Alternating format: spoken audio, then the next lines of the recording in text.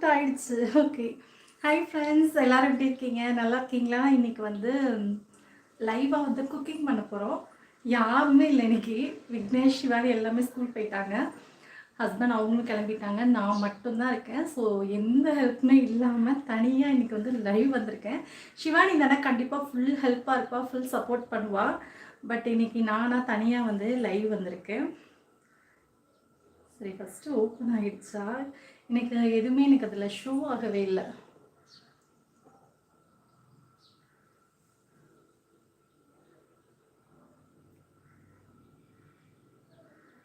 So hi, எப்படி இருக்கு? ஹாப்பியாக இருக்கு.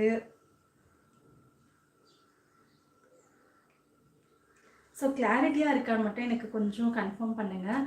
எனக்கு தெரியல, கிளாரிட்டியாக இருக்கா, நல்ல தெளிவாக தெரியுதா அப்படின்ட்டு எனக்கு தெரியல.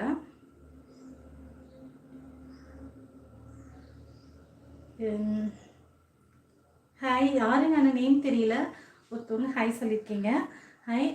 எதுக்காக இன்னைக்கு லைவ் குக்கிங் வந்திருக்கேன் அப்படின்னு பார்த்தீங்கன்னா, ஸோ நம்ம லைவ் பண்ணும்போதும் சரி, முடிச்சதுக்கப்புறம் சரி, கண்டிப்பாக யூஸ்ஃபுல்லாக இருக்கணும் அப்படின்னு நினச்சேன். அதுக்காக தான். ஹாய் ருசி சமையல், ருச்சனாக்கா ஹாய்க்கா. ஹாய். அப்புறம் வந்து ஹாய்க்கா. அப்புறம் வேறு யாருன்னு அவங்க நேம் தெரியல, பட் வந்து ப்ரொஃபைல் மட்டும் இருக்குது. Hi, waiting for your live குக்கிங்னு சொல்லியிருக்கீங்க. ரொம்ப ரொம்ப தேங்க்ஸ். சரி, இப்போ நம்ம டைம் வேஸ்ட் பண்ணாமல் குக் பண்ண போயிடலாம். என்ன இன்னைக்கு குக் பண்ண போகிறோம் அப்படின்னா, தக்காளி சாதம். அதாவது ரொம்ப சிம்பிளாக, மிக்ஸி இல்லை, கரண்ட் இல்லை அப்படின்னா நம்ம டக்குன்னு இப்படி செய்யுது. மார்னிங் இப்போ வந்து ஸ்கூல்லாம் ஸ்டார்ட் ஆயாச்சு. குழந்தைங்களுக்கு ஈஸியாக பேக் பண்ணி கொடுக்கக்கூடிய மாதிரியான ஒரு லஞ்ச். ஓகேவா? டிஃபன் பாக்ஸ் ரெசிபி அப்படின்னு வச்சுக்கலாம். பிளர்ராக இருக்கா?